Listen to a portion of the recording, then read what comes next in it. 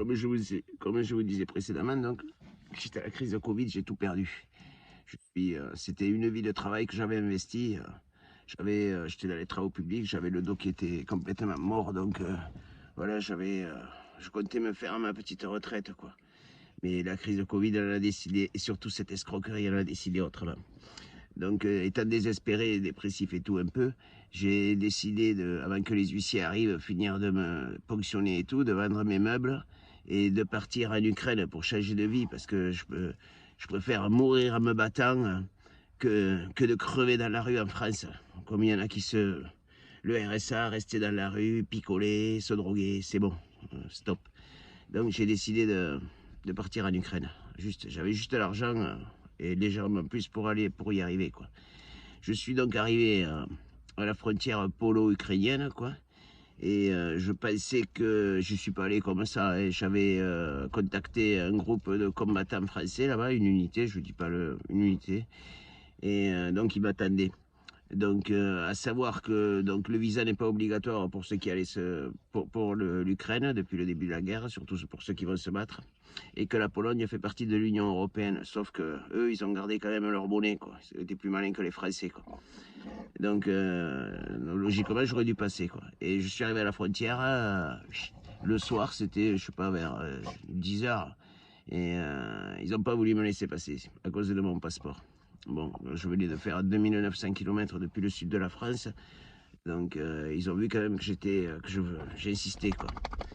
Donc, j'ai essayé de prendre une route. J'ai vu que j'étais suivi. En fait, c'était eux, quoi. Ils m'ont suivi je me suis arrêté. Je leur ai demandé qu'est-ce qu'ils voulaient. Ils m'ont dit, vous êtes perdu? J'ai dit, oui, oui. Eh bien, on va vous remettre sur la route. Ils m'ont suivi sur 150 km. Au bout de moment, j'en avais marre. Je me suis, je me suis arrêté dans une station et, comme vous pouvez voir, je me suis fait mon lit derrière la voiture. Et donc, je me suis couché, endormi, quoi. Je me suis réveillé à 3h du matin, j'ai ouvert les yeux, ils étaient encore là. À 5h30 du matin, ils n'étaient plus là. Donc, j'ai décidé de revenir. Excusez-moi, hein, c'est mon fauve. Vous voyez? C'est mon fauve. Voilà. Donc, j'ai décidé, j'avais repéré un petit chemin qui menait dans une forêt, qui menait droit donc vers.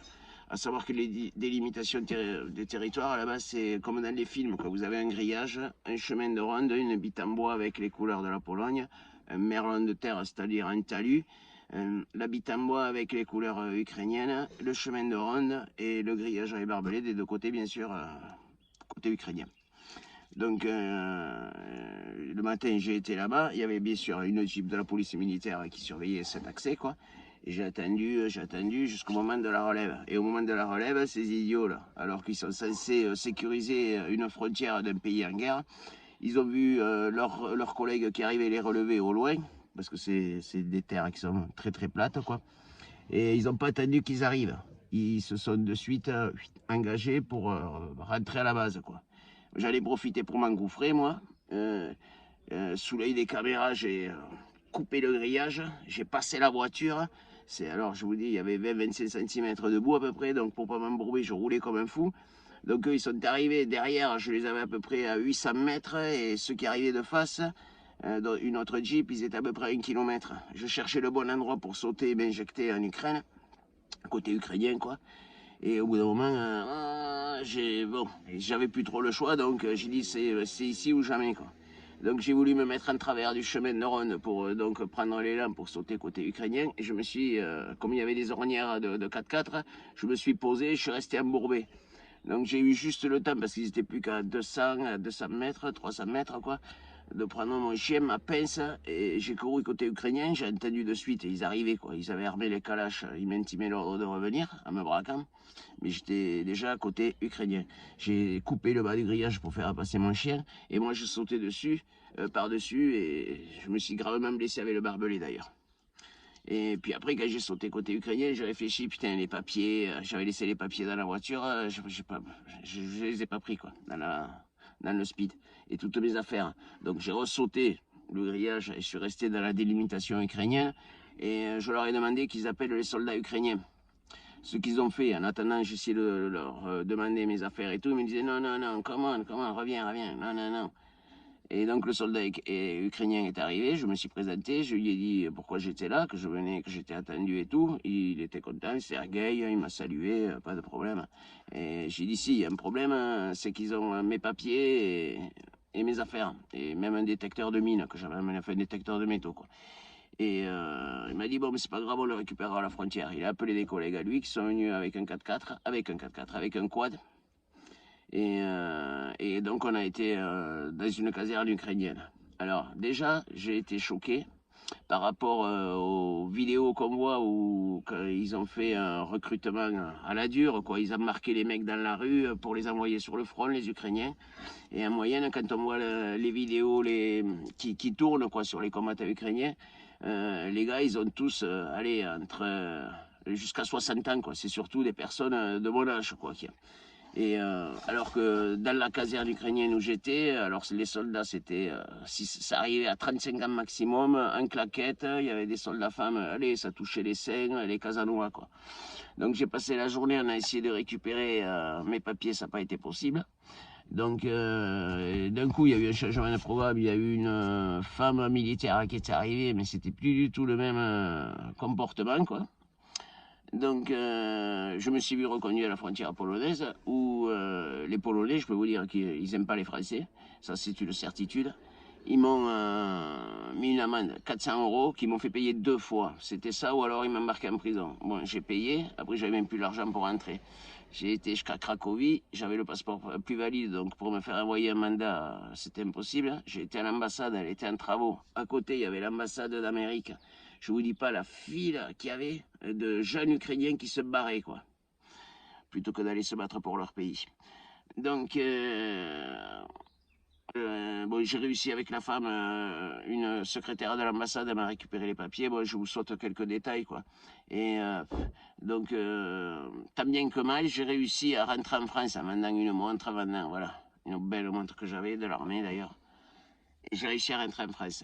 J'ai fait faire mon passeport dans une ambassade en urgence parce que autrement d'aller par les mairies normales c'était trop long. Et je suis retourné en Ukraine. Je me suis fait prêter de l'argent par une personne fantastique du secours populaire. Et je suis retourné en Ukraine. Quand je suis retourné en Ukraine, je ne suis pas, bien sûr pas passé par la Pologne pour éviter d'avoir des problèmes. Je suis passé par la Slovaquie. Et bon, j'ai passé la frontière sans problème. Je suis arrivé au premier checkpoint ukrainien. J'ai donné ma feuille de route comme quoi j'étais attendu déjà depuis 20 jours, que voilà quoi, j'y allais pas comme ça quoi. Et bon, le gars très content et tout, ça fait content quoi, il me félicitait et tout. Et il a signé un papier avec mon immatriculation que je puisse continuer ma route quoi. J'ai continué ma route jusqu'à la frontière où il vous passe le passeport dans la machine électronique. Et avant qu'elle passe la machine, pareil, tout le monde était content de me voir. La femme qui passait les passeports avant qu'elle le passe, elle appelait les gars d'à côté, venez voir, il vient se battre dans la Légion et tout ça, d'accord. Elle passe mon passeport, problème. Elle dit non, non, il y a un problème. Bon, on a essayé de voir dans les bureaux, ils ont téléphoné jusqu'à la Légion et tout, mais il n'y a rien eu à faire apparemment. Et à la fin, quand je suis reparti parce que je comprends pas l'ukrainien, enfin, ils m'ont mis un tampon comme quoi je suis interdit jusqu'en 2028 en Ukraine. Voilà. Bon, donc je suis reparti. Ça fait plus d'un mois, ça est ce que je vous parle. Et finalement, après, je me suis. Parce que de toute façon, je n'ai pas le choix. Je vous dis, je ne veux pas crever dans la rue en France. Je suis endetté. Si je travaille, on va me ponctionner la moitié du salaire. Dès que je vais vouloir me faire plaisir, m'acheter une voiture, on va me la ponctionner. Voilà, j'aurai tout à les huissiers au cul. Voilà, je dois à peu près pas loin de 100 000 euros. Quoi. Je me suis endetté avec ce Covid. Quoi. Et tout mon argent que j'avais mis dedans, toute une vie de travail. Quoi. Voilà. Parce qu'il devait y avoir là les aides, les ceci, le pipeau de Macron. Quoi. Donc je me suis bien renseigné sur cette guerre, et en fait cette guerre, quoi, c'est une grosse manipulation. Déjà, une grosse manipulation des Américains, quoi, qui sont, comme vous le savez, à la tête de l'OTAN, quoi. Et voilà, en fait, le Biden, maintenant, il a des histoires aux États-Unis parce qu'il a touché 5 millions de dollars d'un particulier ukrainien qui tient le plus gros truc de gaz en Ukraine. Hein, toutes les armes qu'il livre, à savoir la moitié sont revendus dans les pays islamiques et tout ça. Et le Zelensky, en échange de ses services et tout, contre l'avis de son peuple, il leur a donné des terres. Ce qui fait que là-bas, pour la production de blé, il y a 3 multinationales américaines qui s'y sont implantées. Donc Biden qui est majoritaire dans une, quoi. Voilà. Et donc, sans compter que toutes les armes qu'il donne, contrairement à Macron, que lui, il les donne, il en fait cadeau. Lui, c'est pas donner, c'est contrepartie, contrepartie. Je sais qu'ils ont un laboratoire là-bas où ils testent des trucs bactériologiques et tout. Bon, enfin, et puis de toute façon, au vu de la politique qu'il y a en ce moment, même en France, de tous ces pays occidentaux là, que depuis des siècles là, ils colonisent des îles, des pays, même encore là, ils déstabilisent des pays en faisant passer leurs chefs d'État pour des terroristes, pour ceci, pour cela, mais en fait c'est à des fins de venir les exploiter ou de mettre en place au pouvoir qui ils veulent pour pouvoir implanter leurs machins et tout. Ils sont leurs grosses entreprises multinationales ou voilà. Et tout ça, bien sûr, au détriment des peuples, quoi, qui en souffrent. Hein. Si encore, et en plus qu'ils peuvent de plus en plus, ils nous détestent, les gens, les Occidentaux de la planète. Ils nous détestent. Et pour qui? Pour une poignée de personnes, quoi, hein, qui font ces actions, ces très mauvaises actions-là, qui nous font mal voir partout, si encore on profitait de cette manne d'argent qui se mettent dans la poche. Mais c'est pas le cas, en plus ils nous exploitent, ils nous... Voilà. En ce moment, il y a les émeutes et tout, il y en a qui critiquent et tout, mais non. Moi, je dis ce qu'il faut, parce que nous, ce qu'on veut, c'est vivre dignement de notre travail, hein, vivre dignement de notre travail, vivre, pas survivre, vivre dignement de notre travail, hein, et enlever ces gens qui ne pensent qu'au pouvoir et à la fortune, et qu'en plus, qui nous créent des problèmes, et qui règlent leurs problèmes en faisant des guerres avec le sang de nos enfants. Mon fils vient de s'engager dans l'armée. Hein, ça me ferait chier que dans un an, je sache qu'on l'envoie là-bas, qu'il soit arrivé quelque chose sans que moi j'ai agi. Ce qu'il faut, c'est virer tous ces gens qui veulent cet ordre mondial, là, les Américains en tête, là, que là, ils croient qu'ils allaient affaiblir la Russie pour après s'enjamber sur la Chine et nous mener par le bout du nez dans leur truc. En ce moment, là, le conflit ukrainien, on est en train de s'endetter, de se ruiner, nous qu'on crève la faim. Et les Américains, ils ont fait, plutôt que les Américains, ils ont fait péter le Nord Stream, hein, et maintenant ils nous vendent le gaz, s'ils étaient vraiment nos alliés, ils nous feraient encore un prix plus bas, sachant dans la galère qu'on est maintenant, ils nous le vendent le triple de ce qu'ils nous vendaient les Russes. Moi, je suis pour une Europe avec la Russie intégrée. Voilà, ce qui nous libérerait au niveau énergétique et de pas mal de choses, quoi. Voilà, créer un bloc. Nous, ce qu'on veut, c'est la paix, vivre en paix, pas sous domination américaine, là, qui foutent la merde partout. Et quand ils partent, comme en Irak et tout, ils laissent des pays détruits, quoi. Il faut arrêter. Ce qu'il faut, c'est que tous les peuples mondiaux, quoi, se battent comme on est en train de, contre ces gens-là, quoi. Il faut une guerre, il faut les virer, ces gens-là. Et leurs milices avec. Ce qu'on veut, c'est la paix. Et c'est à nous de le faire. Et maintenant, vous voulez laisser la merde à vos enfants? C'est ça, vous voulez laisser la merde à vos enfants? Alors moi j'ai décidé, puisqu'ici c'est pas encore le cas que ça démarre comme ça, j'ai décidé de partir en Russie pour combattre justement cet Occident mauvais, néfaste pour tout le monde. Voilà. Et le jour où c'est que vous vous serez tous réveillés et que enfin vous prendrez vos petites couilles quand elles auront grossi, quand à force que vos enfants ils crèvent à la faim, et que vous déciderez de combattre ces gens-là, eh bien je reviendrai les combattre. Et ce sera moi le premier. Voilà, qui serait devant. Voilà. Donc, pour l'instant, je suis là parce que comme je suis revenu et tout, pour repartir, j'ai plus d'argent. J'attends, bien sûr, le RSA, ce qui me permettra de me tirer. Dès que j'ai le RSA, c'est dans quelques jours, je vous donnerai la suite de mes aventures. En tous les cas, partagez, parce qu'il faut que des vidéos comme ça se partagent, que vous sachiez ce qui se passait, ce qui se passe, quoi. Voilà. À savoir que aussi le Macron, il a plein d'actions chez BlackRock, l'action américaine, là, et donc voilà, quoi.